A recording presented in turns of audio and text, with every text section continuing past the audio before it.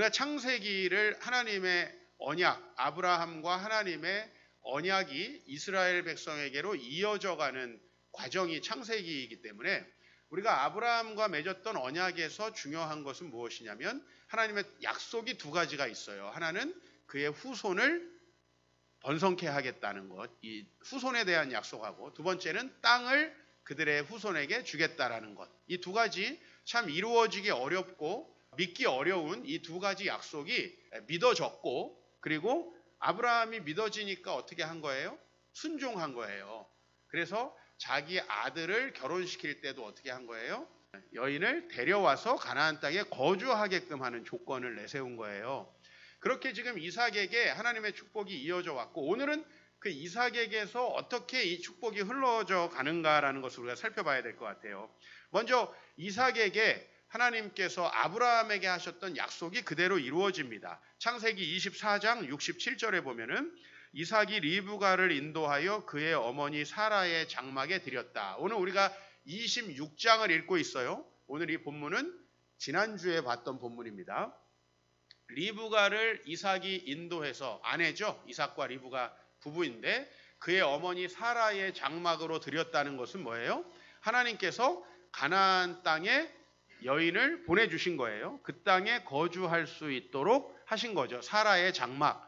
그리고 이제 그 다음 25장에 가면 아버지가 죽습니다. 아버지 아브라함이 죽고 이삭이 그의 아내와 임신을 하려고 하는데 임신이 잘 되지 않아요. 그래서 25장 21절에 보면은 그의 아내가 임신하지 못하기 때문에 그를 위해서 이삭이 기도했는데 하나님께서 그 기도를 들으시고 리브가가 임신하여서 쌍둥이를 낳게 되는 이야기. 이제 그 이야기가 오늘 본문의 앞에 있습니다. 그러면 이 이야기는 여전히 두 가지의 핵심적인 요소를 계속 끌고 가고 있어요. 그건 뭐냐면 가나안 땅에 살게 할 것이라는 그 이야기. 그러니까 리브가를 그 멀리까지 데리고 올 수 있었잖아요. 또 중요한 게 뭐예요? 그 리브가에게 이제 후손을 주셔야 되잖아요. 근데 그 불임인 상태에서 후손을 주는 이야기. 이렇게까지 우리 두 이야기가 이어져 갑니다. 그러면 우리 씨, 후손과 땅이 이렇게 이어져 갈 때 이삭의 약속은 성취될 것인가? 그 약속은 뭐죠? 아브라함이 이삭을 바치려고 하나님 앞에 순종했을 때 하나님이 하셨던 약속. 우리 지난주 본문이었죠? 한번 다시 읽어보겠습니다. 내가 내게 큰 복을 주고 내 씨가 크게 번성하여 하늘의 별과 같고 바닷가의 모래와 같게 하리니 내 씨가 그 대적의 성문을 차지하리라. 또 내 씨로 말미암아 천하 만민이 복을 받으리니. 이거죠? 후손들을 통해서 천하 만민이 복을 받겠다 하는 이삭의 약속. 이 약속을 믿고 순종하는 사람들을 통해서 이루어져 간다고 말씀드렸어요. 반대로 말하면 그러면 우리는 이 약속을 이루어갈 수 있는 순종하는 사람으로 지금 이미 만들어져 있느냐? 그렇지 않은 경우가 많아요. 그러나 하나님께서는 그런 사람으로 만들어 가신다는 거예요. 우리를 그렇게 순종하는 자로 만들어 가실 때 하나님이 어떤 일을 우리에게 하시는가? 오늘 우리는 또 이 이삭을 통해서 그것을 살펴볼 수 있습니다. 이 리브가와 결혼도 했고 또 후손도 주셨다면은 이제 평탄한 길을 가는 것이 정상적이지 않나. 그러나 오늘 우리가 읽었던 첫 번째 본문 1절은 아브라함 때에 첫 흉년이 있었는데 그 땅에 또 흉년이 들었어요. 이삭 때에. 그래서 이삭이 그랄로 가서 블레셋 왕 아비멜렉에게 이르러요. 그리고 여러분이 오늘 본문을 보시면 알겠지만은 또 아내를 빼앗길 뻔한 이야기. 예전에 어디서 본 것 같죠? 이미 아브라함에게도 두 번이나 이런 일이 있었고 오늘 세 번째 또 이 일이 있습니다. 우리는 좀 그렇죠. 아니 아빠가 좀 고생했으면은 이제 그런 고생은 나한테 이루어 주시지 않아도 되는데 라는 생각을 우리는 할 수 있을 것 같아요. 그러나 아브라함의 믿음은 아브라함의 믿음이죠. 그렇죠? 또 나의 믿음은 또 나의 믿음이죠. 하나님께서 저희 아버지를 여러 차례 개척을 시키시고 목회의 과정을 때로는 좀 이해할 수 없는 과정으로 이끌어 가셨는데 저에게도 마찬가지예요. 34살에 또 저에게도 개척의 부르심을 주셨어요. 사실 아버지에게 하셨으면 이제 저에게는 평탄한 목회의 길, 뭐 이런 게 우리가 보통 생각하는 길이겠지만 여러분 그런 과정은 우리의 믿음을 성장시킬 수가 없습니다. 왜냐하면 아버지가 잘 믿었다고 해서 아들이 자동으로 그 믿음이 승계되는 건 아니죠. 아들도 하나님과의 실존적인 관계 속에서 그 믿음을 체험하게 되는 역사가 있어야 되는 거죠. 아버지가 아들을 바치려고 했더니 여호와 이레 하셨다면 이삭도 뭔가 하나님 앞에서 분명히 자기의 신앙의 성장을 이루어야 하는 것이죠. 오늘 여기 또 흉년이 들었습니다. 근데 이 흉년이 어느 정도냐면 2주를 걱정해야 될 정도의 흉년이에요. 뭐 우리 시대로 얘기하면 이거 뭐 이사를 간다든지 이민을 간다든지 직장을 그만둔다든지 뭔가 사업을 바꿔야 될 정도의 아주 심각한 경제적인 위기가 찾아왔다는 거죠. 그래서 이삭이 그랄로 가서 블레셋 왕 아비멜렉에게 이르렀어요. 자, 이 그랄이라는 곳, 또 블레셋이라는 곳은 어디냐면 여러분들이 지금 이스라엘 사태에 대해서 여전히 뉴스가 나올 때 우리는 가자 지구에 대한 이야기를 많이 듣게 되죠. 그 가자 지구가 바로 과거의 블레셋의 땅과 굉장히 유사합니다. 그래서 그 가자 지구는 이스라엘 안에 있지만 이스라엘은 아닌 그런 땅이죠. 과거에도 마찬가지예요. 이 블레셋 땅은 가나안 땅 안에 있으면서도 서쪽 해안, 블레셋 사람들이 점령하고 있던 땅이라서 끊임없이 블레셋 사람과 이스라엘 사람들은 전쟁을 했는데요. 그 땅으로 옮겨간 겁니다. 그런데 하나님의 명령이 뭐냐면 여러분들 어때요? 경제적인 어려움이 생기면 그 문제를 해결하려고 하잖아요. 일단은 고대 근동 지방에서 경제적인 위기, 곡식이 없다 그러면 항상 사람들이 1순위로 고민하는 게 뭐예요? 애굽으로 갈까라는 거예요.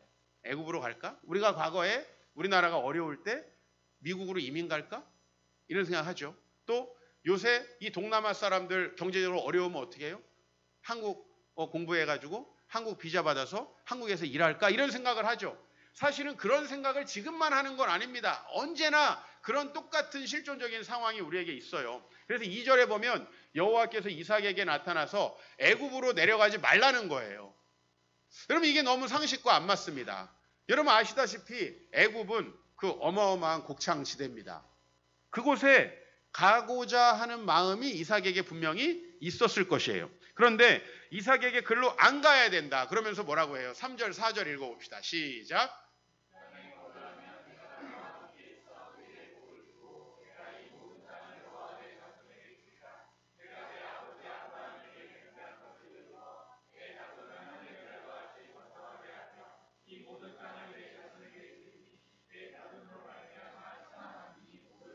여러분 뒷부분은 이제 익숙하죠. 이 동일한 약속들이 이 창세기에 어떤 중요한 부분마다 계속 반복되는데 중요한 건 이게 이어져 간다는 거예요. 근데 그 조건이 있어요. 뭐예요? 3절에 시작하자마자 뭐예요?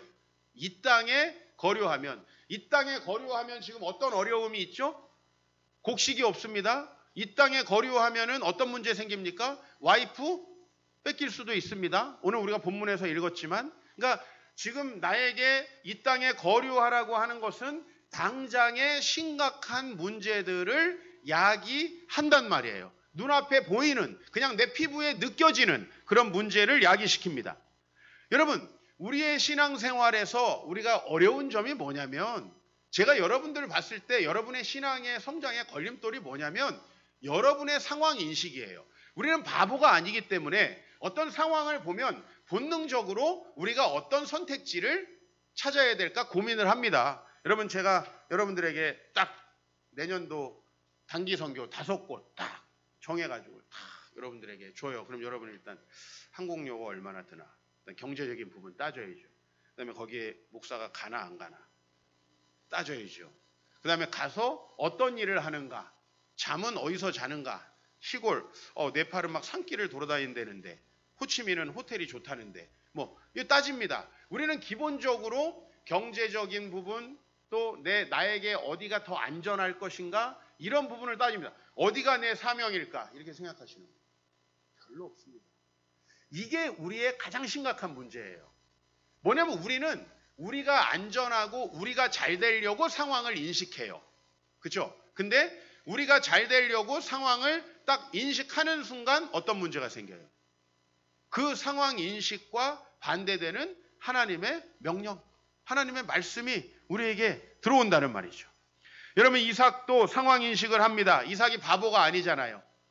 옮겨야 되겠다라는 생각할 수밖에 없습니다. 상식적인 판단을 합니다. 이주하지 않으면 당장 경제적으로 어려울 수 있습니다. 이주하지 않으면 지금 가정에 위기가 찾아올 수도 있습니다.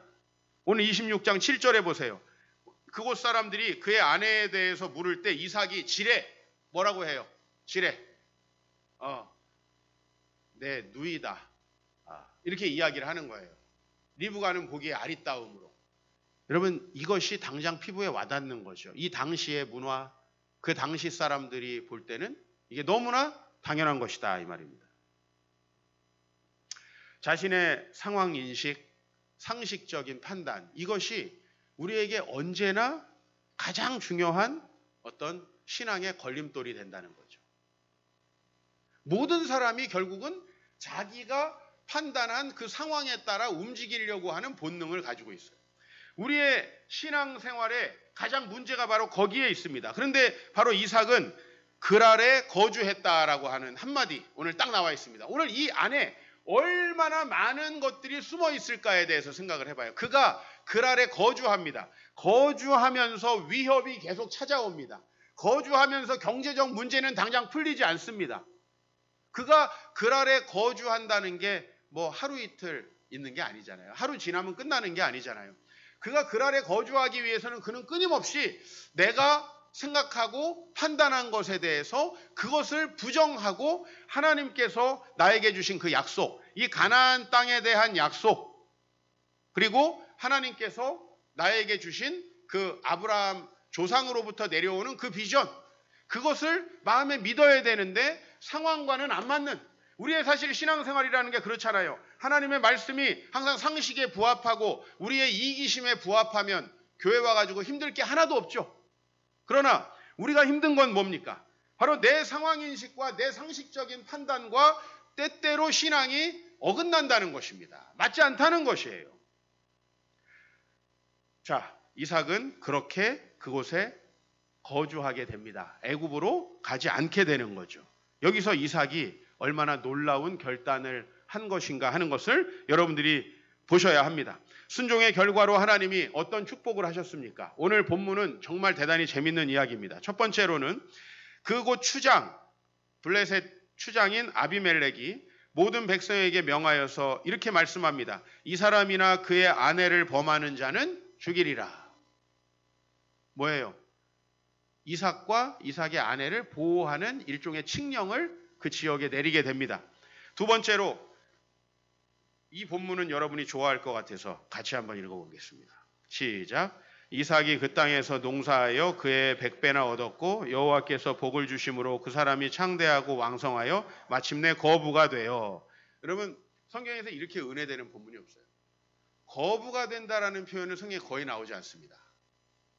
근데 오늘 경제적으로 정말 어려울 수밖에 없는 위기의 상황에서 그곳에 있은 결과로 이삭은 자기의 인생에서 가장 경제적으로 큰 복을 얻게 됩니다.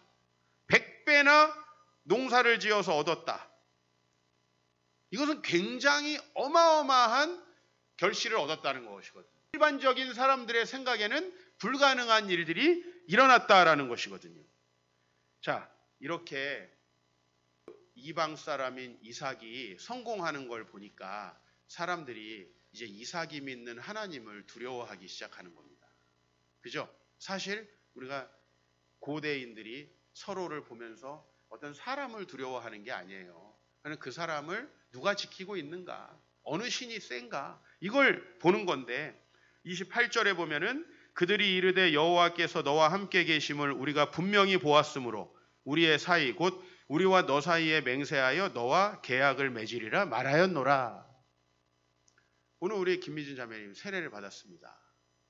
아마 지금 제가 잘은 모르겠지만 우리 이제 김미진 자매님이 내 자매인데 여기 이제 두 자매는 지금 이제 신앙생활을 하고 두 자매는 신앙생활을 하지 않습니다. 엄마가 지금 무슨 생각할 것 같아요?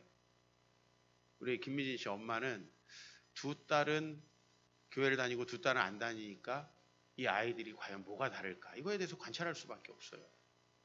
그렇죠? 이 두 가정은 앞으로 어떻게 될까? 또 이 이제 외손주가 양쪽으로 나눠져 있는데 이 교회를 다니는 손주들과 안 다니는 손주, 이런 거 보지 뭐 아이고 교회를 갔더니 얘들이 참 이런 거 별로 처음엔 중요하지 않죠. 우리에게 중요한 건 뭐예요? 세인들한테 중요한 건 뭐예요? 과연 우리가 신앙생활을 해서 우리가 어떻게 살아가게 되는가 하는 거예요. 그렇죠? 결국은 저희 아버지도 예수를 믿으시면 우리 친척들, 우리 전라도에 사시는 우리 친척들이 비교하는 건 자식들이 어떻게 되나 이런 거 비교하는 거예요. 그죠? 다른 거 비교하는 게 아니에요. 집을 샀나 안 샀나 이런 거 비교하는 겁니다. 때로는 좀 딱 떨어지지 않고 맞지 않아 보일 때도 굉장히 많습니다. 그러나 오늘 이 이삭은 분명히 주변 사람들을 통해서 하나님 보여주시는 거예요. 저는 여러분들이 하나님을 믿을 때 어떤 놀라운 역사가 나타나는지 분명히 주변 사람들에게 증거되는 축복이 있길 원합니다. 오늘 여기서 계약을 맺는다고 하는 것은 상호 간의 불가침 조약을 맺자는 얘기예요.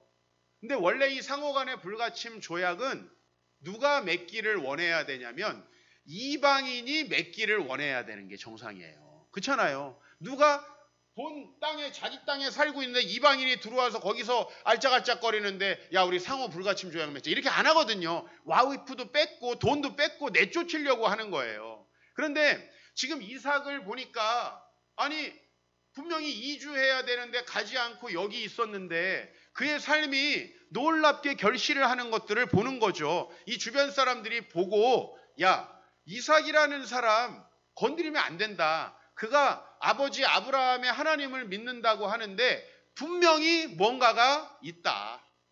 분명히 뭔가가 있다. 증거가 되는 거죠, 여러분. 지금까지 기독교가 2000년 동안 흘러왔습니다. 만약에 예수 믿는 사람들이 하나님의 보호하심과 축복이 없었다면은 기독교 2000년 동안 왔을까요? 다 순교만 당하고 다 어려움만 겪었다면은 과연 기독교가 2000년 동안 왔을까요? 때로는 순교의 피를 불사하고도 믿음의 결계를 보여주는 이 선교사들, 그렇죠? 이 놀라운 믿음의 인물들, 그리고 그들이 전한 그 복음을 들고 세상이 바뀌고 사회가 변한 것들을 사람들이 보게 됐을 때 예수 믿는 거 아닙니까? 우리나라도 왜 이렇게 교회가 부흥하게 됐습니까? 사실 교회가 성장함에 따라 우리나라의 지성적이고 뭐 인권의 차원에서 또 도덕의 차원에서 경제적인 차원에서 얼마나 큰 성장이 있었습니까? 그거 부정할 수 없는 거잖아요.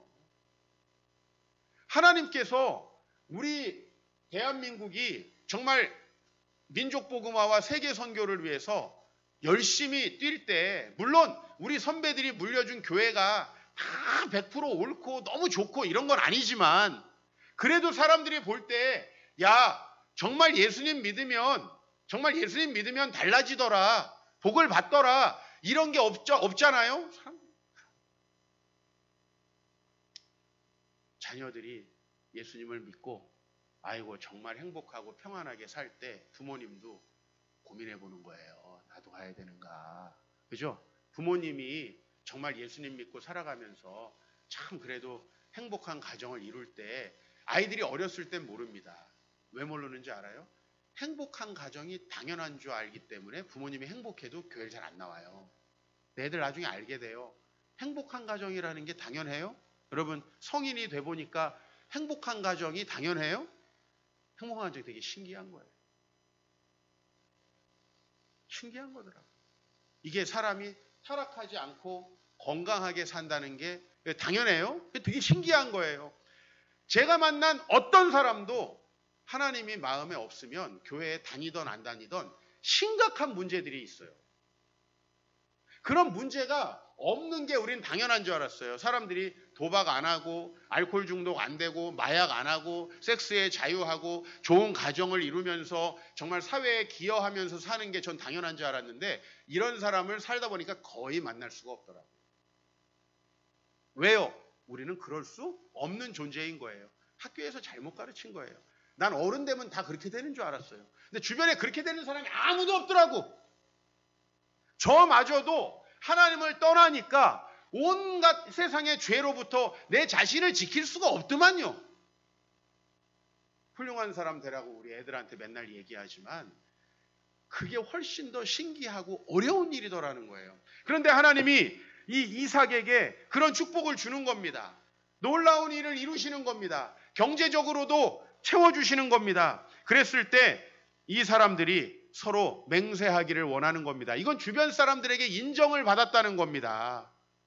그를 통해서 하나님이 영광을 받으셨다는 겁니다. 적어도 내가 하나님을 믿지는 않겠지만 너가 믿는 하나님 좋은 거라는 거는 내가 인정한다. 여기까지는 온 거예요. 여기까지는. 적어도 우리 친척들이 우리 아버지가 살아계시는 동안 아니 대다수가 믿지는 않았어요. 그러나 적어도 어디까지는 갔냐면 야 그래도 예수님 믿는 게 나쁜 건 아닌 것 같아. 그게 우리의 삶에서 증거된 거예요. 나쁘지는 않더라. 오늘 이삭이 얼마나 어려운 상황 속에 있습니까? 이방인으로서 이 땅에서 얼마나 어려움을 당하고 있습니까? 그런데 하나님께서 도와주시는 거예요. 그래서 33절에 보면 이 세바라는 말이 맹세라는 말이에요. 맹세. 그래서 이 세바라는 말의 앞에 있는 부엘은 뭐냐면 우물이라는 뜻이에요. 이 부엘세바는 근데 어떻게 해서 나온 용어냐면 계속해서 이삭이 이 지역에 거주하려고 할 때 사람들이 그들이 파놓은 우물을 막고 못 살게 굴었어요. 그런데 하나님이 그를 복주시는 것을 보고 야 우리가 서로 화평하게 지내자. 이제 너희 우물을 메우지 않을게. 그렇게 맹세하고 세운 우물 부엘세바라고 하는 지명이 지금 남아있는 거예요. 근데 놀라운 건 이건 이스라엘의 가장 남쪽이죠. 이스라엘 가장 남쪽은 원래 강수량이 너무 적고 농사가 잘 안 되는 지역이에요. 알다시피. 근데 이 지역에서 하나님께서 그를 복주셨다는 거예요. 불가능한 상황 속에서 그를 복주셨다는 거예요. 상식과 판단을 뛰어넘는 이삭에게 하나님께서 복을 주셨다는 겁니다. 그래서 이삭에게 하나님께서 밤에 나타나십니다. 그 밤에 여호와께서 그에게 나타나 이르시되 나는 내 아버지 아브라함의 하나님이니 두려워하지 말라. 내 종 아브라함을 위하여 내가 너와 함께 있어 내게 복을 주어 내 자손이 번성하게 하리라. 비상식적인 일들을 내 상식적인 판단에 맞지 않는 일들을 행했는데 그 일들을 행하고 나니까 하나님께서 그에게 복을 주셨고 이제 이삭에게 하나님이 느껴지기 시작하는 거예요. 여러분 밤중에 하나님이 나타나셨다는 게 무슨 표현이겠어요? 유령처럼 하고 나타났겠습니까? 그게 아니라 이삭의 마음속에 하나님 느껴지는 겁니다. 하나님이 정말 약속하시는 게 믿어지는 겁니다. 느껴지는 거예요. 그런 놀라운 축복이 있었던 겁니다. 저는 여러분에게 말씀드리고 싶어요. 이삭은 왜 거기 거주했는가? 오늘 여러분들은 왜 지금 거기에 거주하고 계신가 묻고 싶어요. 여러분의 모든 결정들에 대해서 묻고 싶어요. 과연 우리는 왜 어디에 거주하고 어느 직장을 가고 어떤 사람을 만나서 어떤 삶을 선택하는가? 그 기준에 있어서 과연 하나님께서는 우리의 상황 인식과 판단, 우리는 항상 생각한다는 거예요. 내가 어떤 직업을 갖는다 그러면 계산 쫙. 내가 어디를 이사 간다? 계산 쫙. 맞죠? 저도 그런 생각합니다. 그러나 그런 우리의 상황 판단과 상식적인 판단들, 우리의 상황 인식들을 버리는 게 신앙의 시작이에요. 왠지 아세요? 우리가 죄인이기 때문에. 우리가 죄인이라는 건 이런 의미가 우리에게 있는 거예요. 우리는 우리도 모르는 사이에 우리의 이기심을 따라 우리의 욕망대로 판단하고 결정합니다. 인정하십니까? 그걸 인정하면 하나님이 우리에게 주시는 이 성경 말씀 받아들이기가 엄청나게 쉽습니다. 제가 왜 개척을 할 때 이곳에 올 수 있었냐면 제가 여러 차례 말씀드리지만 저는 이게 미래가 딱 생각해서 내가 실패할 것 같은 일은 절대 안 하는 사람입니다. 전 그런 사람이에요. 근데 이 교회를 개척하려고 하니까 정말 계산이 1도 안 돼요. 안 될 것 같은 생각만 계속 들어요. 그때 당시에 저를 만나셨던 분들 제가 아마 굉장히 안 좋은 상태였을 거예요. 근데 하나님 가라고 하시는 거예요. 제 자신의 상황 인식, 상식적인 판단으로는 도저히 개척할 수 없어요. 올 수 없는 거예요. 그런데 하나님께서 가라고 하십니다. 제가 어떻게 해서 왔을까요? 어떻게 해서 이 지하실로 제가 오게 됐을까요? 그건 간단합니다. 제 20대의 제 경험들을 돌아봤습니다. 내가 이득이 된다고 생각하고 내 머리로 내 상식으로 요거 하면 잘 되겠지 하고 생각했던 거 잘 된 게 하나도 없더라고요. 내가 근데 그런 결정을 또 한다? 이건 바보다라는 생각이 들었죠. 그러니까 즉 하나님의 약속이 그럴싸해 보여서 저는 하나님을 선택한 게 아니에요. 하나님이 가라고 한 그 약속이 나에게 상식적으로 맞았기 때문에 혹은 그게 너무 믿어져서 간 게 아닙니다. 절대로 저는. 하나님께서 주신 명령이 너무 그럴싸하고 해서 간 게 아니라 제가 제 마음대로 한 결정들이 제 생각대로 한 결정들이 너무나 저에게 좋지 않은 결과들을 가져왔었기 때문에 저를 부정할 수 있어서 갈 수 있었던 거예요. 내가 생각해서는 아닌 거거든요. 그게. 내가 생각해서는 도저히 불가능한 길이거든요. 여러분이 신앙생활 할 때 오늘 우리가 또 아이들이 세례도 받았잖아요. 여러분에게 주신 하나님의 약속이 자녀에게 흘러 넘쳐 가시기를 축복합니다.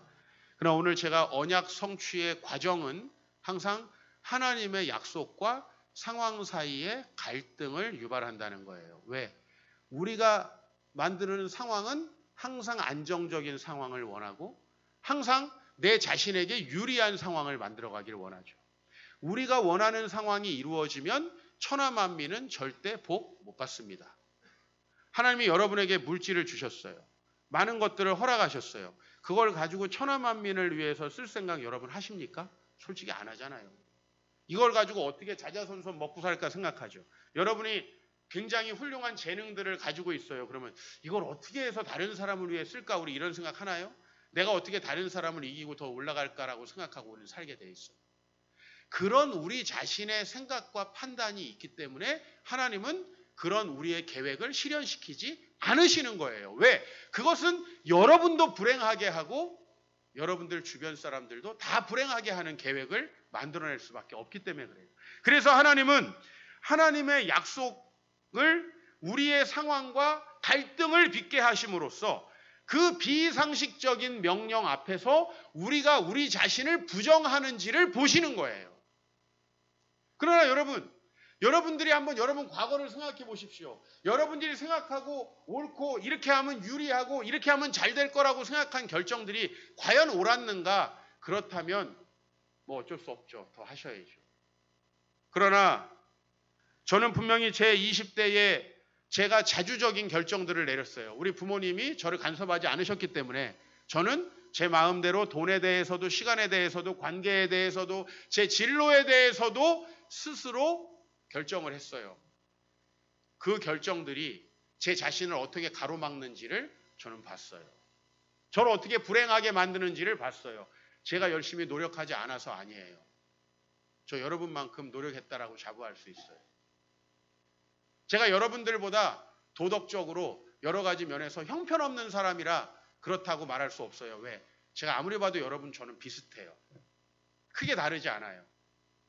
무슨 말씀 드리고 싶냐면 제가 아무리 이 세상에서 나름대로 노력하고 나름대로 건강한 상식적인 판단을 하려고 해도 제 자신이 죄인이라는 것이 결국 그 결정 속에 드러나더라는 거예요. 제 자신이 어리석다라는 게 그 결정 속에 드러나더라는 거예요. 그렇기 때문에 막은 거예요. 하나님은 저를 막으셨고 저는 그것을 들은 거예요. 경제적인 어려움에도 불구하고 하나님이 이삭에게 이주를 막습니다. 사실 이해가 안 가죠. 가야 되는데. 그러나 하나님은 그렇게 우리가 우리의 계획과 상식적인 판단을 부정하도록 요구하십니다. 그 부정이 나중에 뭘로까지 가냐면 여러분 자신의 죄인됨을 진정으로 인정하는 거예요. 어제 그리고 지난주에 우리 학습 세례 받으신 분들하고 다 우리가 얼마나 죄인인가를 충분히 공부하고 다 시험 보셨습니다. 그러나 여러분 우리가 죄인이라는 걸 실제적으로 인정하는 것은 굉장히 어려운 일입니다. 우리가 계획하고 우리가 생각하는 것들이 우리 자신을 파괴한다는 것을 인정한다는 것 대단히 어려운 일입니다. 그것이 되면 여러분 하나님께 순종하는 게 어렵지 않습니다. 일단 순종을 하게 되면 어떤 일이 벌어지느냐? 하나님의 크신 능력이 나타나죠. 내가 생각했던 것과는 전혀 다른 일이 펼쳐지네. 내가 생각했던 것과는 전혀 다른 미래가 펼쳐진다는 것을 보게 됩니다. 그러면서 하나님의 능력이 신뢰가 가는 거죠. 어차피 우리가 하나님과 손을 잡을 수도 없고 하나님을 안아볼 수도 없어요. 그 하나님을 어떻게만 경험할 수 있냐면 여러분이 순종했을 때 나에게 주시는 하나님의 능력, 혹은 여러분이 불순종했을 때 하나님이 주시는 징계, 그것을 통해서만 우리는 하나님을 알 수 있는 거예요. 그러면 그 경험하기 전에는 어떻게 알 수 있느냐? 이걸 통해서 알 수 있는 거죠. 성경에서 나오는 걸. 물론 안 믿으면 소용이 없지만 성경에 나오는 말씀을 통해서 하나님을 알지만 실제적으로 여러분들이 하나님을 알게 되는 것은 여러분이 순종했을 때 상식을 넘어서서 정말 놀랍게 일하시는 거 하나님. 내가 내 판단을 내려놔 보시는 거예요. 이거를 여러분들이 한두 번만 해보시면 신앙은 굉장히 쉬워져요. 굉장히 쉬워져요. 왜? 내가 이거 내 뜻대로 안 돼도 더 좋은 길이 있구나라는 걸 알게 되면요. 굳이 내 생각 고집할 필요가 없는 거예요. 아니, 내 생각대로 안 되는데 더 잘 되는데 얼마나 좋아요. 내 생각대로 안 되는데 더 잘 되는데. 그러면 주변 사람들에게 고집 세다는 말도 안 들을 수 있어요. 얼마나 좋아요.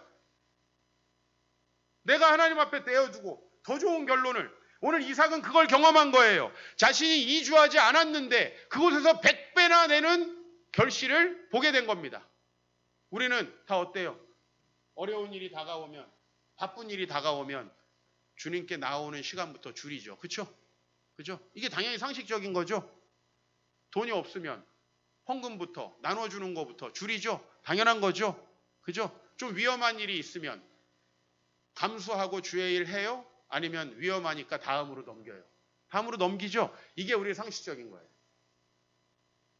근데 여러분 그렇게 하면 하나님을 영영 경험하지 못할 거예요. 왜? 하나님은 그것을 뛰어넘기를 바라시는 거예요.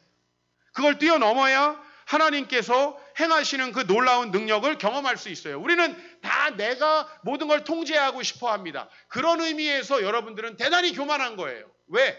내가 통제한다는 건 내가 신이 된다는 거예요. 내가 내 자식에 대해서도, 내가 내 미래에 대해서도 모든 걸 통제하고 싶어요. 그러나 이제쯤 우리 이걸 인정해야 될 것 같아요. 나는 통제할 수 없다는 거.